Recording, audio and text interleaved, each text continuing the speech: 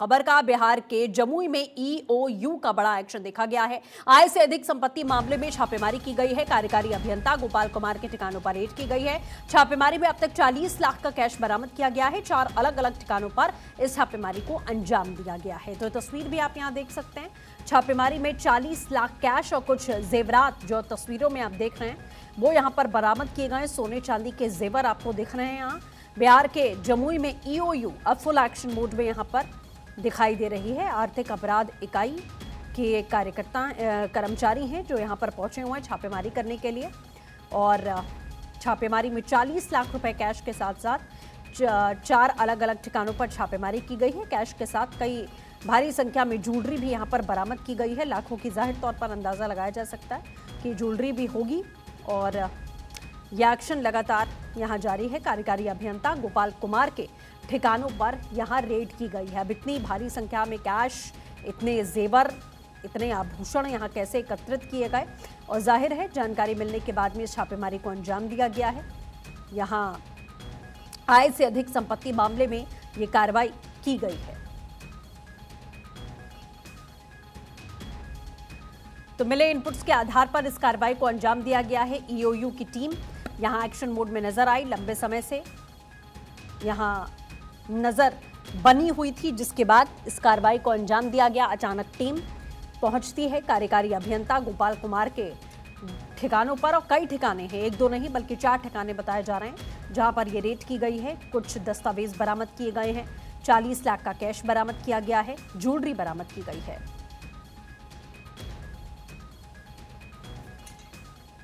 धीरज सहयोगी हमारे साथ में जुड़ चुके हैं। धीरज, क्या कुछ जानकारी है गोपाल कुमार के ठिकानों पर रेड को लेकर? जी, आपको बता दें कि सुबह 6 बजे से ही आर्थिक अपराध इकाई की टीम जमुई पहुंची थी और 7 बजे से इनके घर पर छापेमारी की और बेड के नीचे से करीब 8 लाख 3,000 रुपए बरामद किया गया है और कई आपत्तिजनक कागजात और एक डायरी भी बरामद किया गया है, जिस पर जांच की जा रही है।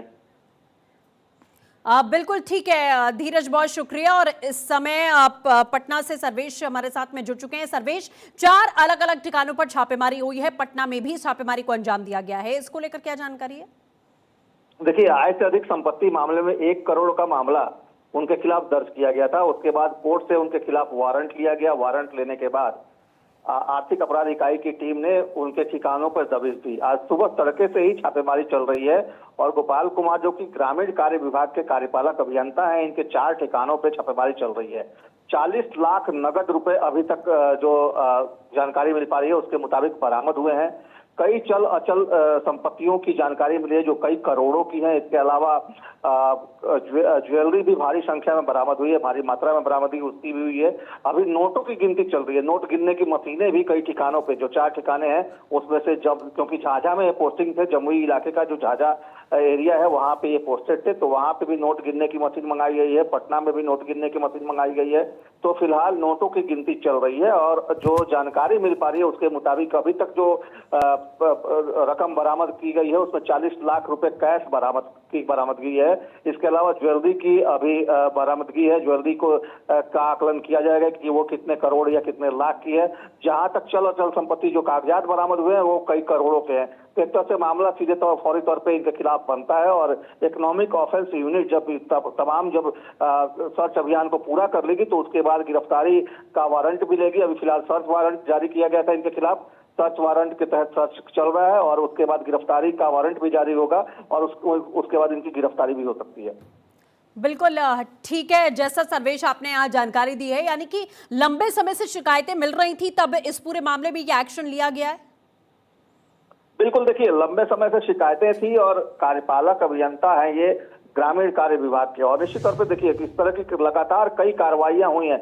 इकोनॉमिक ऑफेंस यूनिट है बिहार का, इसके अलावा विजिलेंस है, ये तमाम जो यूनिट है वो इस तरह के मामलों की रेकी करते हैं और उसके बाद जो उनके पास जानकारी आती है उसके बाद वो रेकी करते हैं। रेकी करने के बाद जो मामले में पुख्ता आधार मिलता है उसके बाद उस पर FIR दर्ज होता है। FIR दर्ज करने के बाद जो कानूनी प्रक्रिया रहता है उसके तहत सर्च वारंट जारी किया जाता है। सम्राट चौधरी की सरकार ने सीधे तौर पर देखा जाए तो करप्शन और क्राइम को लेकर बिल्कुल ठीक है सर्वेश, आप जैसा कह रहे हैं कि सम्राट चौधरी यानी कि मुख्यमंत्री हैं बिहार के, वो बहुत ज्यादा इन सब मामलों को लेकर एक्शन मोड में दिखाई दे रहे हैं। बहुत शुक्रिया, अपडेट आपसे लेते रहेंगे। बढ़ते आगे बात यूपी की। यूपी के मंत्री सुरेश खन्ना ने विपक्ष